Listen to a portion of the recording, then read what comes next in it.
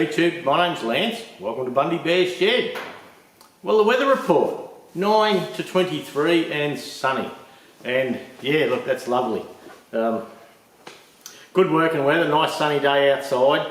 Yeah, it's just good tinkering weather.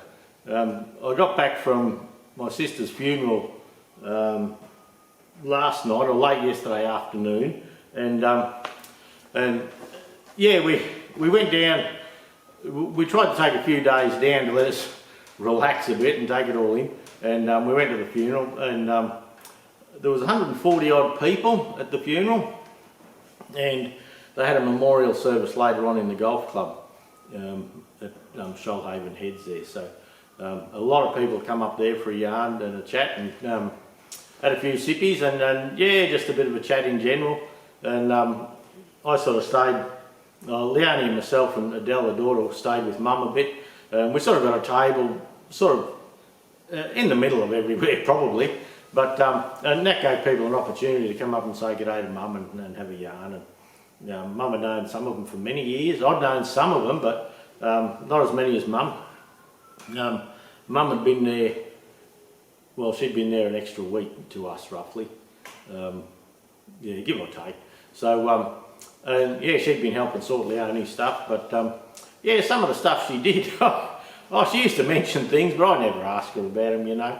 And the reason there were so many people there was she was into like essential oils. I'd lived in the area for years, and she used to sell oils and have a little oily business thing that was her hobby. Like, she was retired and it was her hobby.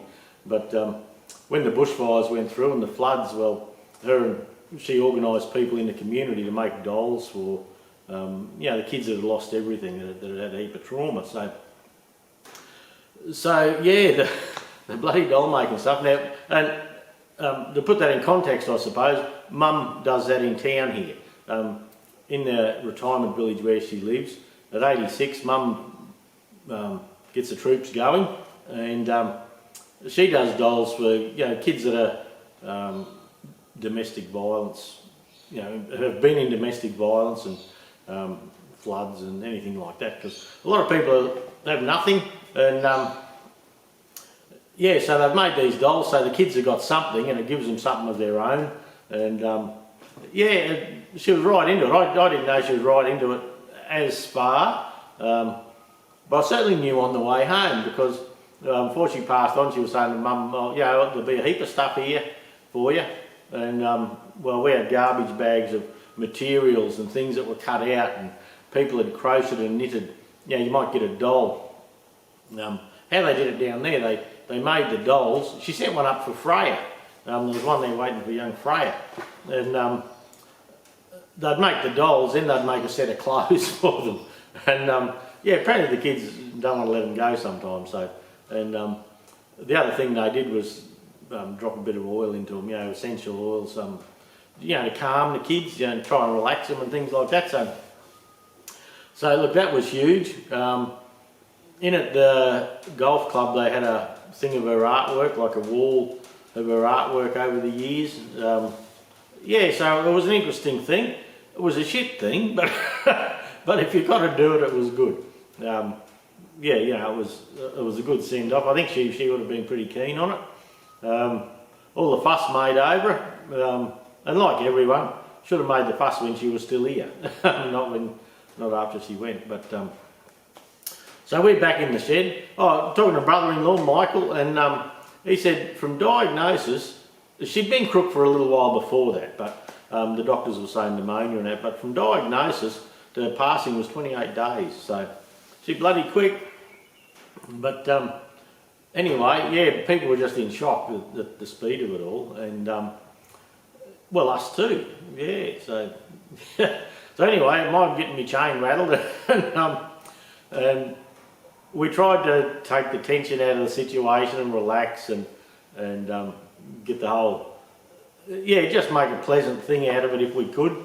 So we went and got Mum. Mum's 86, and my daughter Adele, she's 30 soon, and Jude and myself.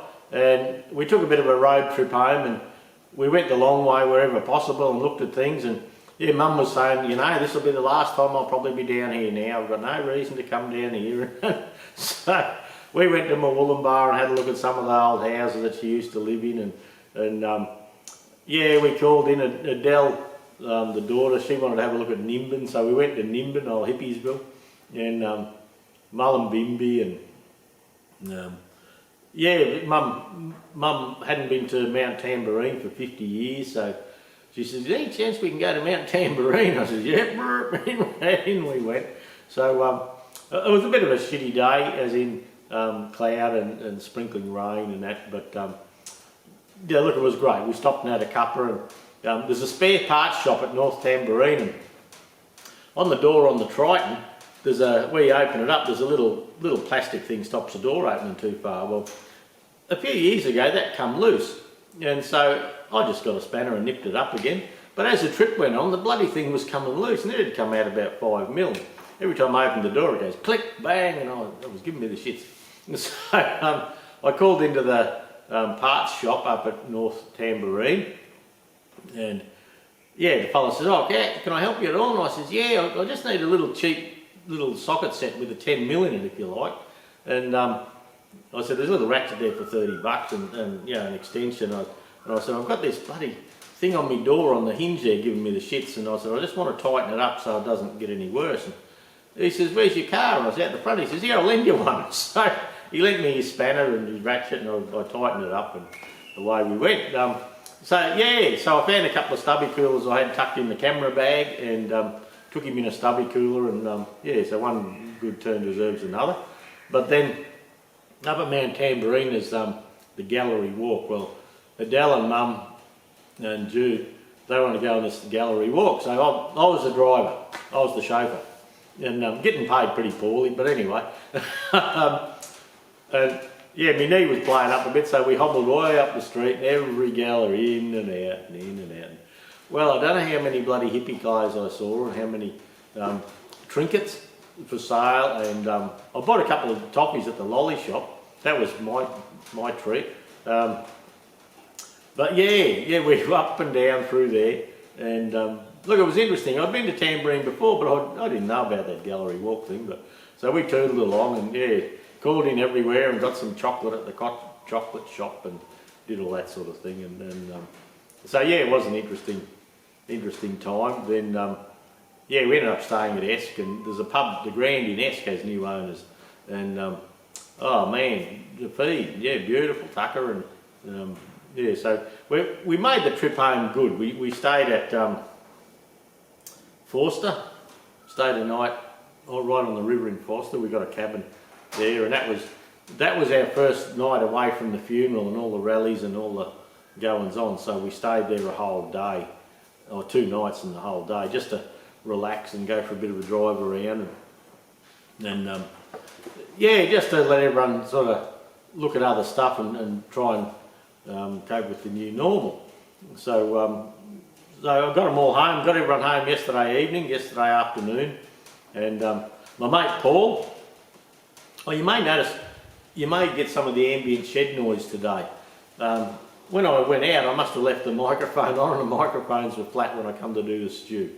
So I thought, oh bugger it, there's a bit of a bird. Now it's not a noisy day today, so I'll just do it one take.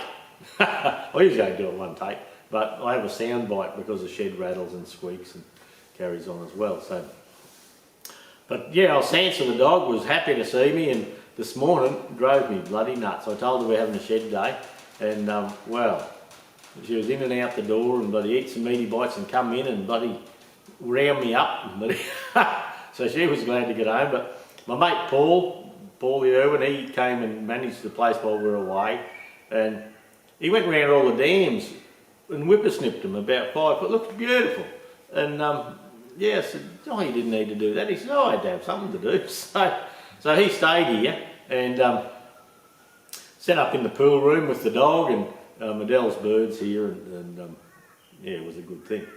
He enjoyed it. He enjoyed the break from his little unit. He said, you get in a unit and you get in a little rut sort of thing, and it gave him come out here, and Wednesday he went off and helped his granddaughter with horses and things like that. So so hopefully he had a nice time with it all. when we come back, everything was just, couldn't wish for better. So when I come back though, the Land Cruiser, something had gone on, and I have a BC DC charger that puts the power from the engine or the solar power into the lithium battery in the back to run the fridge and all the back of it. And I come home yesterday and it was flat, wouldn't even put a light on, and I was thinking, oh no, like these batteries are $900,000 each, I hope I haven't buggered it.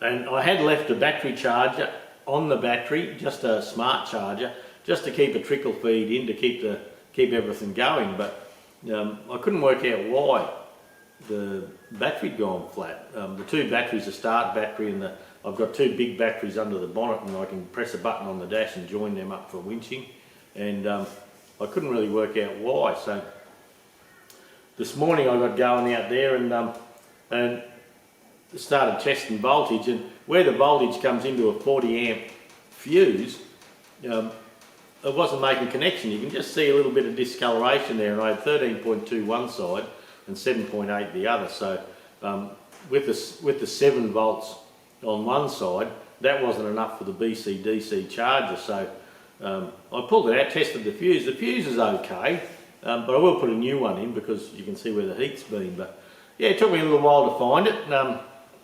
I couldn't work out why I only had 7 volts at the back there when the batteries were testing 13 and a half volts. So this morning I got that fixed, and I've got the battery charger on now. And I've just gone for a little walk around with the camera just to show you what it looks like, sort of thing.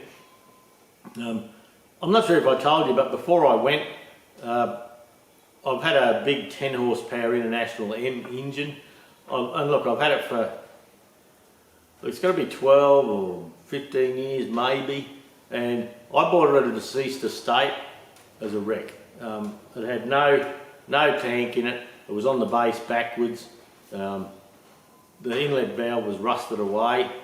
The big end bearing was starting to split, the white metal. And so I bought it at this deceased estate. The old fella, it was Ivan Baxter was a local fella here. And anyway, I poured new Babbitt bearings and turned them to size, and made brand new valves up and butterfly shafts and a new butterfly because it was rotted out.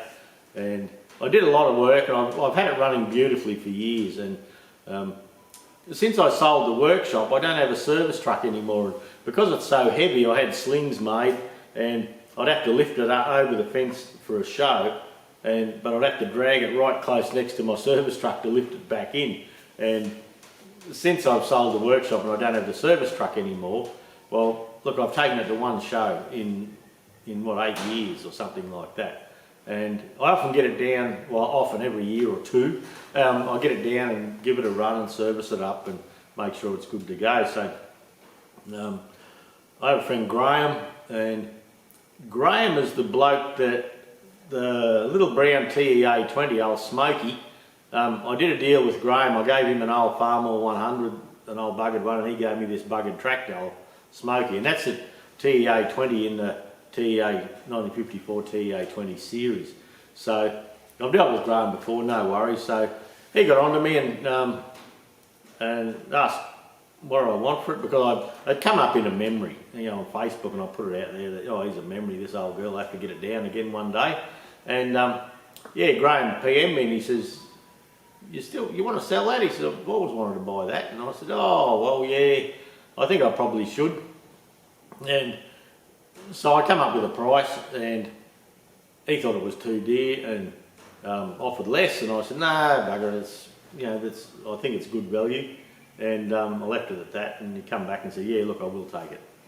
But I had to tell him that, and he said, I'll put the money in your bank within 10 minutes, and deal's done, locked in.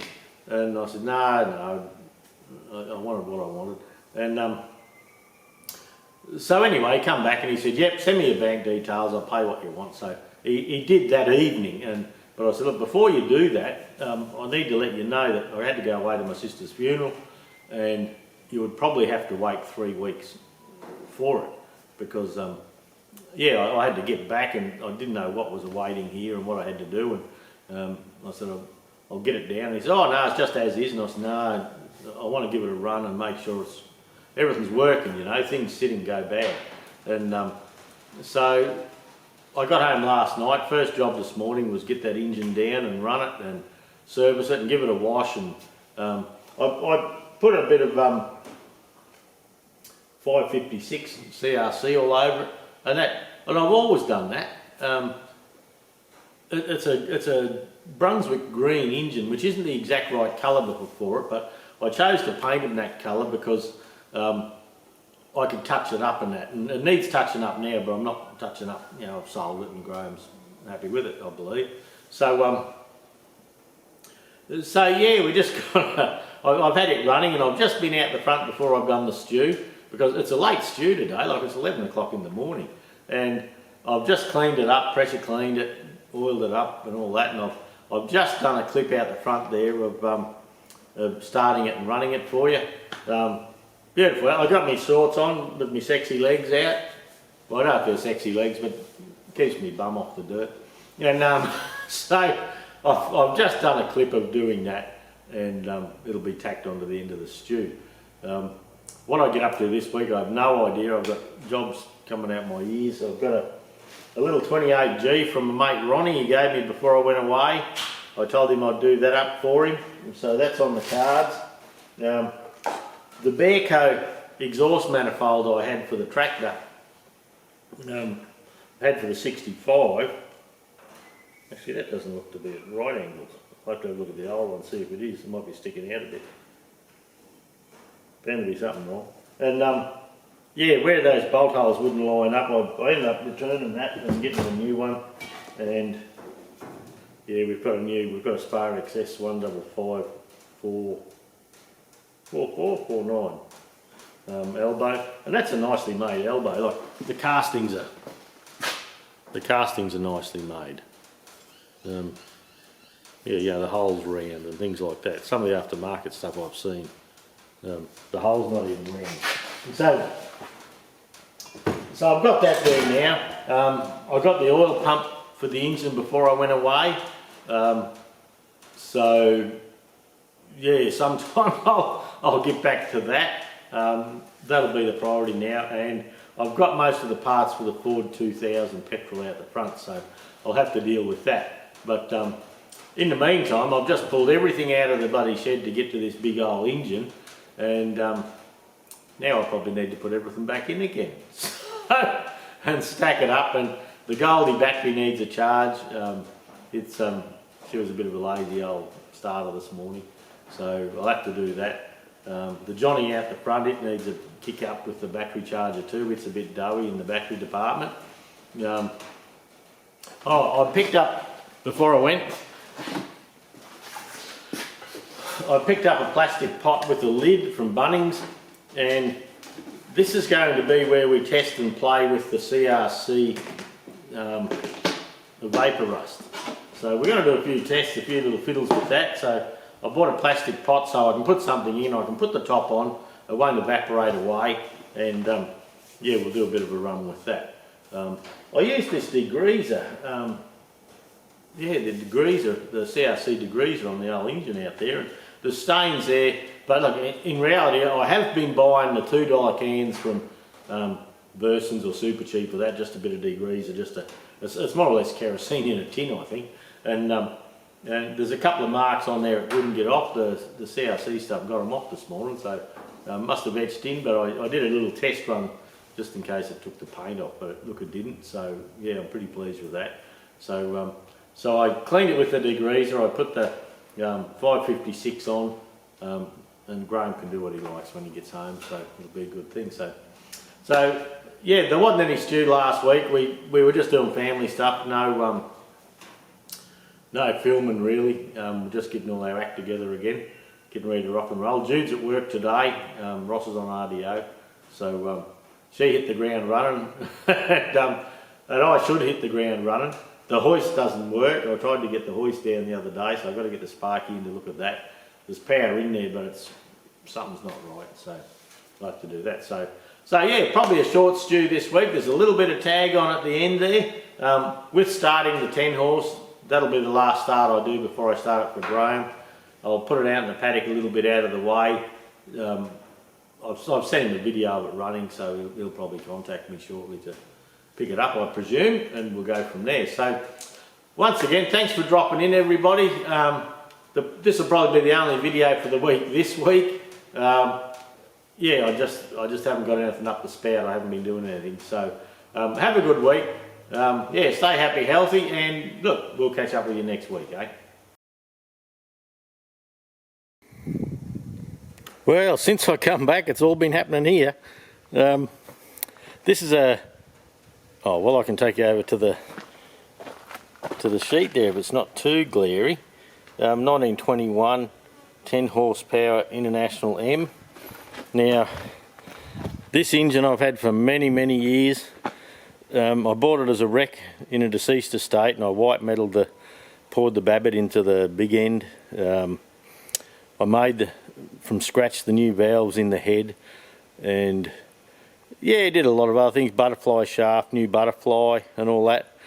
But now I don't have a truck to take it somewhere. This weighs around 950, 960 kilograms, and it spends most of its life up in the pallet rack and up the back there. So anyway, a fella I know, Graham, he's been interested in the engine for ages, and he got onto me the other week before I left for Leonie's funeral, and yeah, we come to a deal. So he says, "As is where is?" And I said, "Oh well, we don't work like that. We'll give it a run and just sort it out a bit, make sure it's okay. Seems that it's been up there for a year or more." So so there it is. She's a nice old engine, but I've had it a long time. Look, I must have had it 12, 15 years maybe in there somewhere. I'm not exactly sure, but it's a bit of an old darling, runs well. It's got a bit of stale fuel in it at the moment, and it's not running as smooth as it could, but drain that out and should be okay.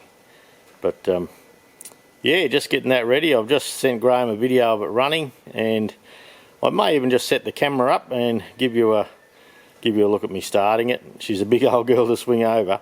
You probably don't realise how big it is until I go and stand next to it. So to get it ready to start, we have a decompressor. I can't see because of the sun. The decompressor here. I can see what I'm doing, but I can't see the camera, what the camera can see. And we retard the spark so it doesn't want to kick back. The choke's on. Now it has, this is the normal run. This is water for when you're running on kerosene to stop pre-ignition, and this is the needle with a starting tank in here. So what we do, we pop a bit of nice fresh petrol in there. We open this. There's a tiny little orange mark there I must have put on there one year. We open it to that, and I've oiled it up and that, and there is a little bit of water in. I don't usually open up the oiler until it's running. Yeah, it has enough oil around it anyway, so I'll grab the tripod and we'll see if we can get it going. Okay, it's in the doorway of the shed so I can load it when he comes to pick it up. Heaps of junk everywhere, so I'll see if I can give him a start.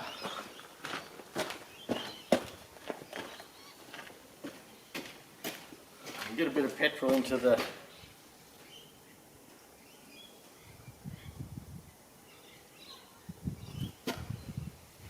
starting tank. I don't know if there's enough. I might have to go and get some more.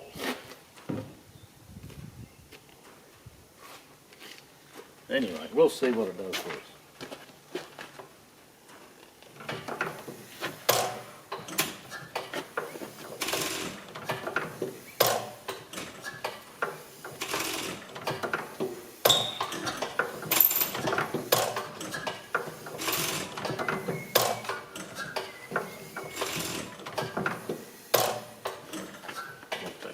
Off.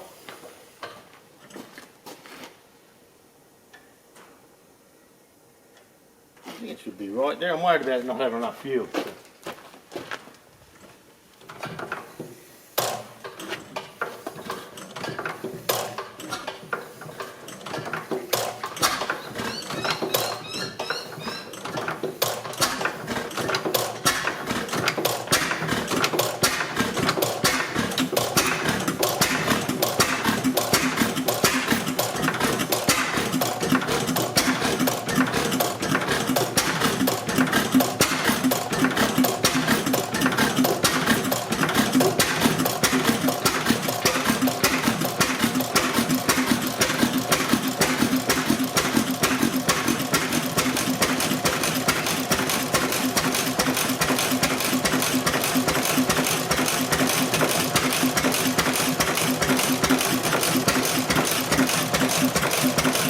Oh, you can see that okay.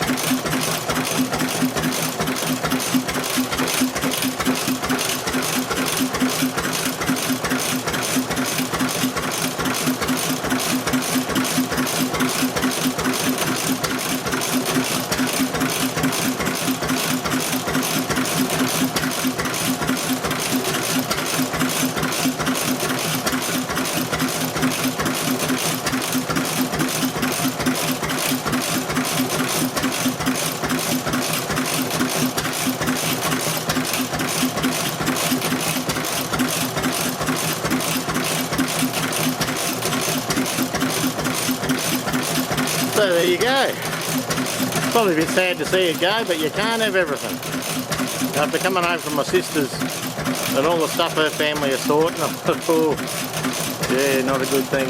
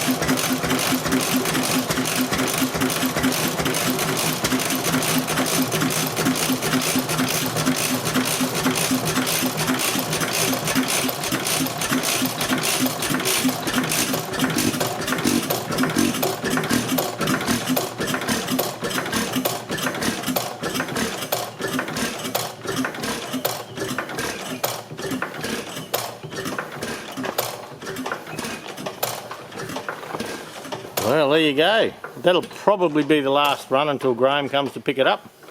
And yeah, I've got other stuff to do. I better get into it.